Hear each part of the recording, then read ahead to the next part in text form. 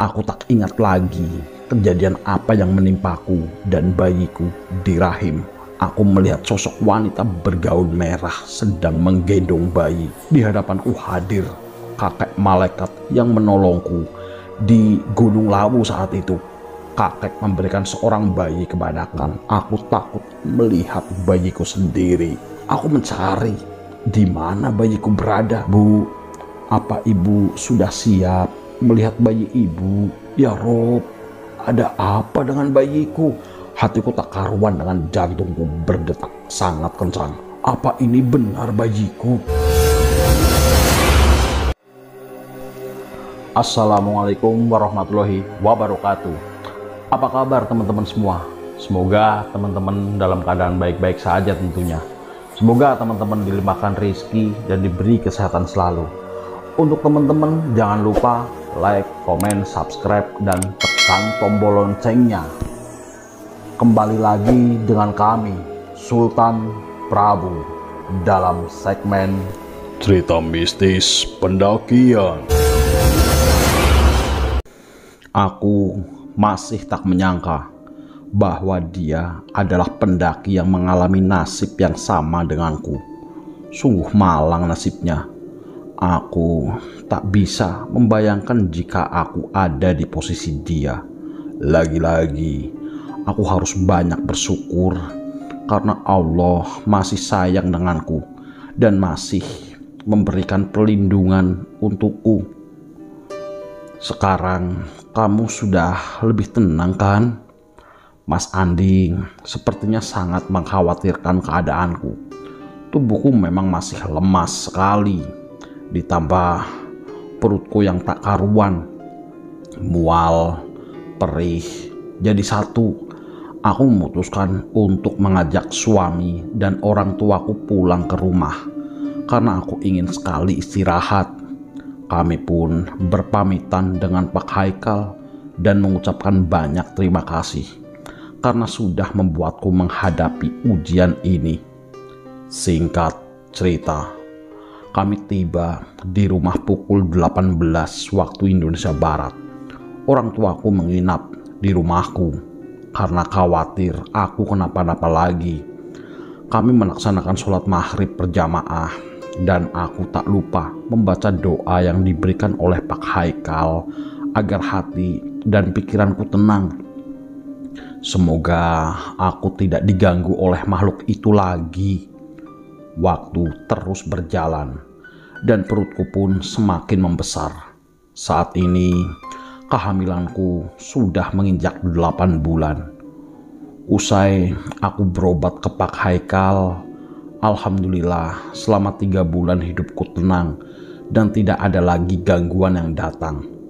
Mabokku juga sudah hilang, hanya sesekali saja merasakan pusing dan mual. Hal yang wajar dialami oleh semua ibu hamil. Sore ini udara sangat sejuk. Sehabis mandi, aku berkumpul di belakang rumah bersama tetanggaku. Posisiku saat itu tak memakai jilbab dan rambutku terurai sangat panjang dan basah.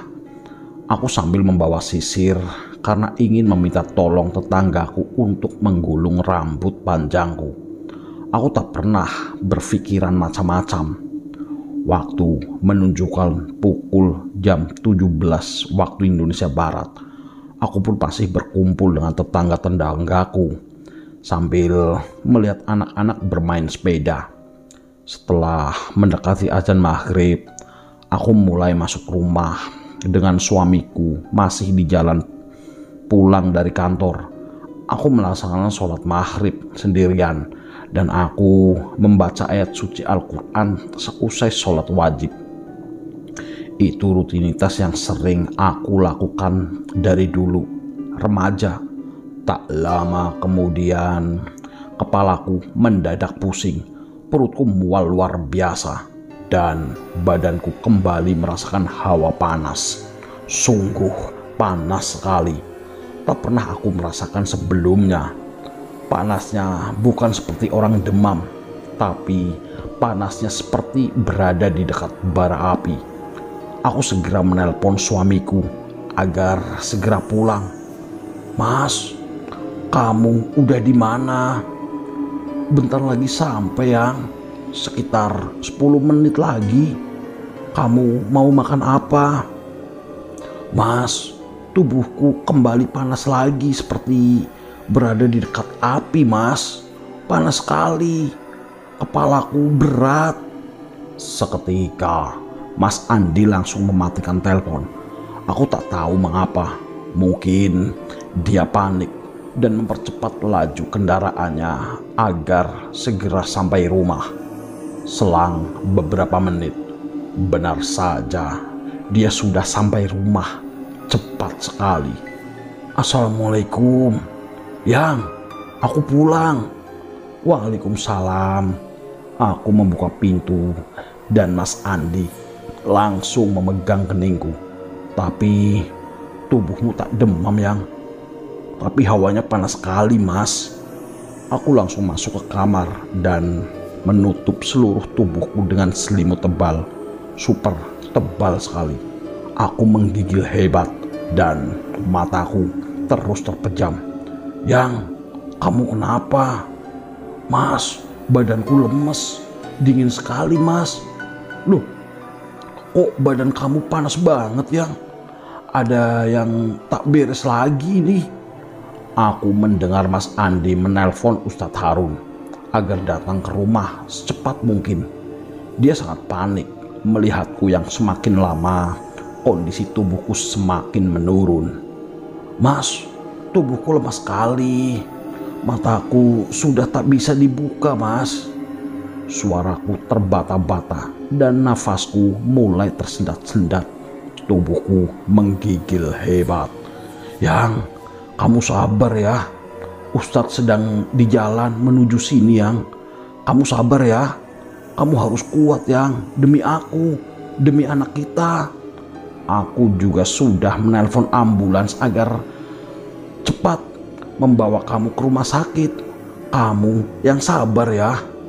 Mas Andi sepertinya menangis karena suaranya tersendu-sendu. Aku tak bisa membuka mataku karena rasanya tak kuat. Tubuhku seakan-akan tak bertulang, lemas tak bisa digerakkan. Tubuhku semakin menggigil hebat. Tak lama kemudian, orang tuaku dan keluarga suami datang ke rumahku. Mereka mendengar di telingaku panik luar biasa dan ibu, ayahku menangis sambil memanggil-manggil namaku. Akan tetapi kesadaranku seakan-akan semakin menurun. Hanya telinga saja yang mampu mendengar suara-suara di sekeliling. Sontak tubuhku kejang-kejang dan aku langsung dilarikan ke rumah sakit. Kesadaranku sudah sangat menurun dan aku tak ingat lagi kejadian apa yang menimpaku dan bayiku di rahim. Aku merasakan tubuhku diangkat ke dalam mobil ambulans dan aku mendengar suara mobil tersebut sangat menyentuh hatiku sehingga tak terasa aku meneteskan air mata di pipiku. Aku hanya mampu mendengar suara-suara tangisan Mas Andi, ayah, ibu, dan mertuaku yang berada dalam satu mobil ambulans denganku. Aku benar-benar tak sadar apa yang sedang terjadi padaku. Dalam bayanganku, aku melihat sosok wanita bergaun merah sedang menggendong bayi, dan sosok itu terlihat seperti Kak Jasmine. Aku melihat dari kejauhan dan penglihatanku sangat terbatas. Lalu sekejap sosok itu menghilang seperti tertelan kabut. Aku seperti tertidur pulas, namun telingaku masih mampu mendengar suara-suara yang berteriak histeris seperti suara ibuku dan Mas Andi. Aku merasakan tubuhku didorong di atas tempat tidur rumah sakit. Sepertinya aku sedang dibawa ke ruang ICU karena keluargaku dilarang untuk masuk. Aku hanya seorang diri berada di sekeliling dokter dan perawat yang terdengar sangat panik dengan alat-alat yang tak dapat aku lihat. Aku sekilas mendengar dokter wanita berkata seperti ini. "Segera lakukan operasi sesar sekarang juga." Aku pun sangat terkejut mendengarnya. Namun, aku tak mampu membuka mataku. Aku hanya dapat meneteskan air mata dan berdoa yang terbaik untukku menurut Allah Subhanahu wa Ta'ala. Aku melantunkan sholawat Nabi dan berharap aku segera sadar membuka mata. Aku ingin sekali melihat bayiku, ingin memeluk, menciumnya. Begitu beratnya ujian yang sudah aku alami selama mengandungnya. Semoga aku dan bayiku diberikan perlindungan dan keselamatan. Aku hanya bisa pasrah dan terus berdoa di dalam hati. Seketika pasca operasi selesai, aku mendengar kepanikan dari salah satu dokter bedah yang menanganiku. Aku sekilas mendengar percakapan mereka. "Cepat, larikan bayi ini ke atas. Dia tak menangis sama sekali." Aku pun seakan disambar petir mendengar sekilas percakapan mereka. "Ya Allah, lindungi bayiku. Berikan kesehatan selalu untuknya." Lalu tubuhku menggigil luar biasa.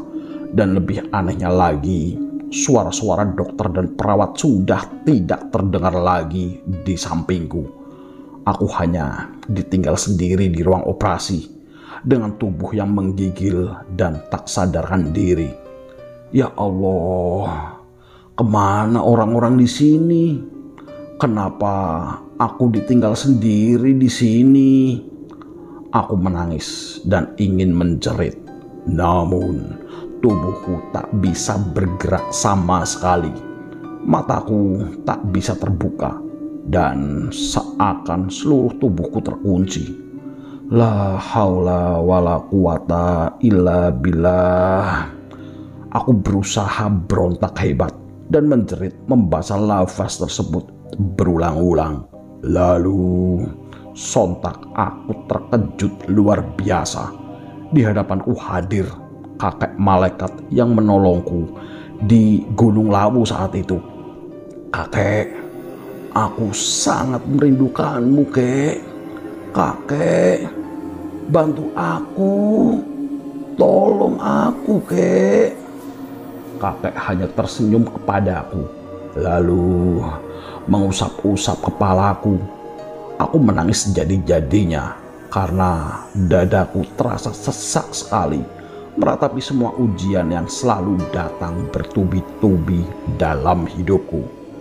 "Kek, aku belum siap mati, kek. Aku masih ingin hidup bersama bayi dan suamiku, kek. Aku ingin merasakan kebahagiaan tanpa adanya gangguan dari arwah Kak Jasmine lagi, kek.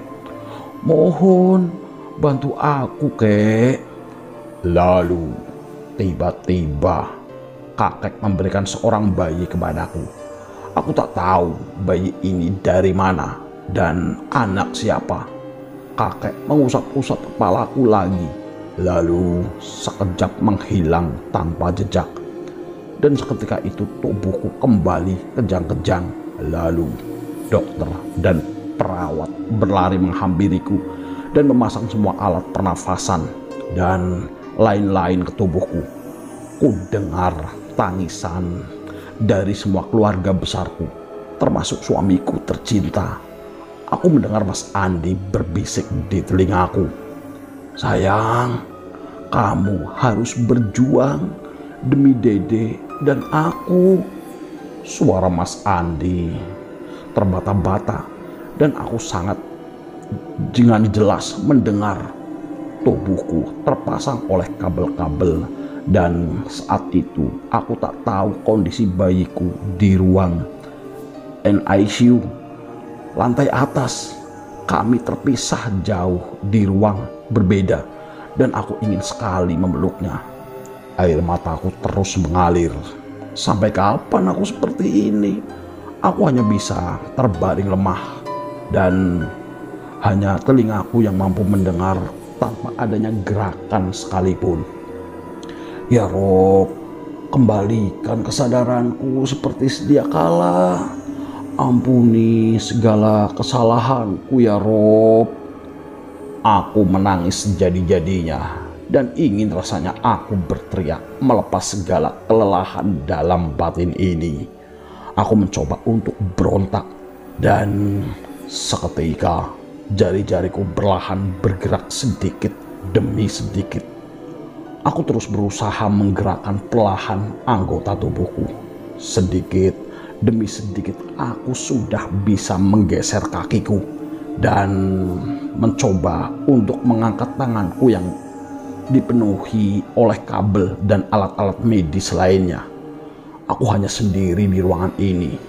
Tak ku dengar suara dokter ataupun para perawat. Yang aku dengar hanya bunyi detakan jantung di alat medis tepat berada di sampingku. Perlahan aku mencoba membuka mata, namun belum bisa. Mataku terasa sangat berat, tak bisa dibuka. Aku mencoba untuk memaksa dan terus bersikir agar dapat melihat dunia lagi. Karena sudah 3 hari lebih aku terbaring di rumah sakit, seperti mayat hidup yang hanya menunggu panggilan maut datang. Aku mencoba lagi membuka mataku perlahan sedikit demi sedikit. Aku bisa membuka kedua mataku, walau masih terasa pusing dan berat. Aku mengangkat kedua tanganku lagi dan menggeser kedua kakinya. Alhamdulillah, sempurna. Aku sudah sadar kembali dan ini bukan mimpi. Ya Rob, terima kasih Engkau telah mengabulkan doa-doaku. Air mataku tak terasa mengalir deras, membasahi pipiku. Aku wanita kuat dan aku harus berjuang untuk bayiku dan suamiku. Aku ingin hidup bahagia bersama orang-orang yang aku cinta. Perlahan aku melirik sekelilingku. Hanya ada 4 tempat tidur dan yang 2 tidak ada pasiennya. Ternyata aku ada temannya dan aku lihat dari kejauhan ada seorang perempuan yang sedang tertidur pulas dengan alat oksigen dan alat medis lainnya. Aku melihat detak jantungnya sangat melambat. Lalu tak lama kemudian tim medis pun datang dan masuk ke ruang ICU. Sontak mereka kaget luar biasa melihatku sudah sadar kembali. Mbak sudah sadar? Alhamdulillah ya Allah, ini mukjizat yang luar biasa. Aku melihat kebahagiaan di raut wajah mereka dan salah seorang diantaranya berlari keluar kamar untuk memberitahukan keluarga besar. Ya, keluarga besarku, bahwa aku sudah sadar kembali. Aku pun tak menyangka begitu sayangnya Allah kepadaku. Dan lagi-lagi aku masih diberikan kesempatan hidup ketiga kalinya. Lalu aku mendengar langkah kaki yang menghampiriku dan aku menoleh. Ternyata suamiku. Aku sangat merindukan Mas Andi. Sayang, kamu sudah sadar? Alhamdulillah ya Allah, Engkau telah mengabulkan doa-doa kami. Suamiku menangis, memeluk tubuhku yang masih dipenuhi oleh alat medis. Aku tak mampu berbicara dan mulutku seakan masih terkunci rapat-rapat. Aku melihat ibu menangis terseduh-seduh. Begitu pula ayah dan mertuaku. Mas, aku berusaha untuk menggerakkan bibirku, walau dengan suara pelan, bahkan sangat pelan. Iya yang, Mas, aku ingin melihat bayiku, Mas. Iya yang, nanti kita ke ruang NICU ya. Kamu istirahat dulu sampai betul-betul pulih. Tak lama kemudian, dokter pun datang dan mengecek semua kondisiku. Ini suatu mukjizat luar biasa yang dialami Arumi. Jarang sekali pasien yang sudah koma bahkan hanya dibantu oleh kekuatan alat medis dapat sadar kembali dengan kondisi yang semakin normal dan semakin membaik, ucap Pak Dokter yang melontarkan senyuman kepadaku. Alhamdulillah ya Allah. Sanak saudaraku mengucapkan sujud syukur melihat aku semakin membaik. Perlahan alat-alat medis pun dilepas. Aku harus bisa beradaptasi, bernafas secara alami seperti dulu. Hanya infusan saja yang masih melekat di tubuhku, karena tubuhku masih sangat lemas. Seketika aku teringat kembali saat kakek malaikat itu datang dan hanya mengusap-usap kepalaku dengan penuh kasih sayang. Kakek, aku sudah sadar, kek. Kakek di mana? Aku sangat merindukanmu, kek. Air mataku menetes teringat sama semua kebaikan kakek yang sangat berjasa dalam hidupku. Karena Allah mengirimkan malaikat penolong untuk menyelamatkan nyawaku. Sayang, kamu kenapa? Kok nangis? Enggak, Mas. Aku hanya terharu saja. Aku belum siap menceritakan semua ke Mas Andi. Biar nanti saja jika aku dan bayiku sudah kembali ke rumah. Aku janji akan menceritakan semua tragedi ini ke Mas Andi dan orang tuaku. Waktu terus berjalan. Tak terasa aku sudah 1 minggu di rumah sakit. Aku pun ingin sekali melihat bayiku yang sampai sekarang belum pernah aku lihat. Mbak Arumi, jam 9 waktu Indonesia Barat, Mbak boleh masuk ke ruang NICU untuk memberikan ASI pertama ke dedek bayi ya, ucap dokter. Masya Allah, hatiku sangat bahagia. Akhirnya aku bisa bertemu dengan bayi mungilku. Aku pun segera didorong oleh Mas Andi menuju lantai 4. Aku masih menggunakan kursi roda dan infusan di tanganku. Ketika sudah sampai di depan ruang NICU, hatiku sangat berdebar-debar. Entah apa yang ada di pikiranku. Seakan aku takut melihat bayiku sendiri. Langkahku semakin terbata-bata, jantungku semakin berdetak kencang saat perawat membuka pintu NICU dan menyuruhku masuk. Mari, Mbak ikut saya. Aku pun mengikuti langkah perawat tersebut dan aku didorong oleh suamiku di kursi roda. Saat itu, aku melihat hanya ada beberapa bayi yang dirawat di ruang ini. Aku mencari di mana bayiku berada. Aku mengikuti langkah perawat tersebut menuju suatu ruangan di mana dokter anak sedang menunggu kedatanganku. Silahkan duduk, Bu, ucap dokter. Iya, Dok, terima kasih. Bu, apa Ibu sudah siap melihat bayi Ibu? Ternyata dokter, aku semakin berdebar-debar mendengar ucapan dokter. Mengapa berbicara seperti itu? Seakan ada keanehan saja dalam diri bayiku. Siap, Dok. Memang ada apa dengan bayiku? Ayo, kita temui bayi Ibu. Ikut saya ya. Aku pun didorong oleh Mas Andi mengikuti langkah dokter. Namun, dokter tersebut melangkah ke arah kamar pojok, sedangkan bayi-bayi yang lain berada di ruangan NICU. Sekitar ada 4 bayi yang berada di inkubator. Tibalah kami di depan pintu suatu ruangan. Hatiku tak karuan dengan jantungku berdetak sangat kencang. Ya Rob, ada apa dengan bayiku? Semoga tak ada kekurangan satupun dalam diri bayi hamba. Amin, doaku dalam hati. Dokter membuka pintu ruangan tersebut. Lalu ada satu inkubator yang tak begitu jelas aku lihat dari kejauhan. Langkahku sangat berat dan perlahan aku mendekati inkubator. Bu, ini bayi ibu.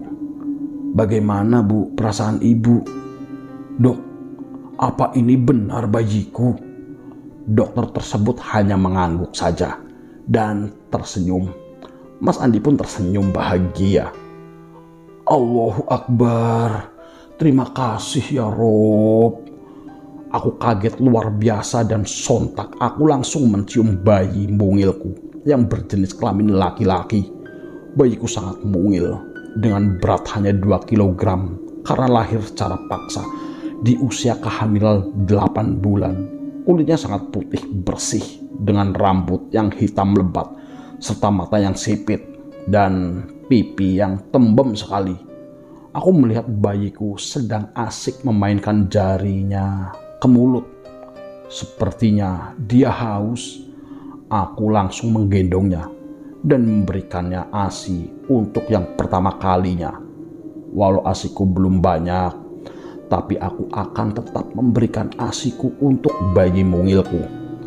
Aku tak kuasa menahan air mata yang menetes di pipiku. Aku terharu bahagia melihat bayi mungil ini karena perjuanganku luar biasa saat mengandungnya selama 8 bulan. Aku dan suamiku mencium bayi kami dengan penuh cinta dan kasih sayang. Yang bayi kita tampan sekali. Mas Andi mencium kepalaku di kursi roda saat aku sedang memberikan ASI untuk bayiku. Alhamdulillah Mas, doa kita dikabulkan mendapatkan bayi sempurna dan tampan. Bayiku sangat menikmati ASI dan pelukanku sambil matanya memandang ke arahku. Sungguh tampan sekali wajah bayi mungilku. Setelah kurang lebih 30 menit, waktuku pun sudah habis untuk menjenguk bayiku. Kami belum diizinkan pulang karena bayiku masih harus dirawat dalam inkubator dalam beberapa hari ke depan, dan aku pun masih harus memulihkan kondisi jahitanku pasca operasi. Tubuhku juga masih lemas sekali dan masih butuh perawatan secara intens dari pihak rumah sakit. Aku pun mencium bayi mungilku sebelum aku keluar dari ruangan ini. Yang Bunda keluar dulu ya. Adek baik-baik di sini ya. Lekas pulih. Nanti kita pulang sama-sama ya. Bunda sayang sama adek. Kami pun keluar dari ruang NICU dan kembali ke ruang inap lantai 2. Malam pun tiba.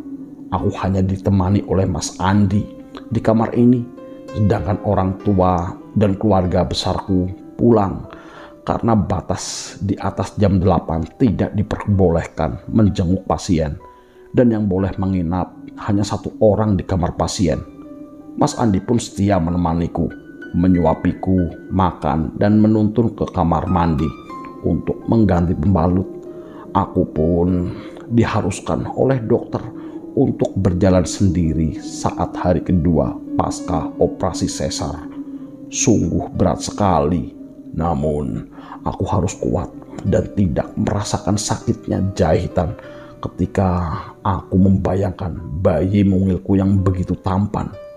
Jam sudah menunjukkan pukul 23 waktu Indonesia Barat. Aku terbangun dari tidurku dan aku melihat suamiku sedang tertidur pulas di tempat tidur pasien yang kosong di sebelahku. Kebetulan aku hanya sendiri dalam ruangan ini, sedangkan pasien di sebelahku sudah pulang kemarin saat aku masih di ICU. Mas Andi sangat kelelahan dan aku pun enggan membangunkan beliau. Aku haus sekali dan harus mengambil botol minum di dalam lemari box samping tempat tidurku.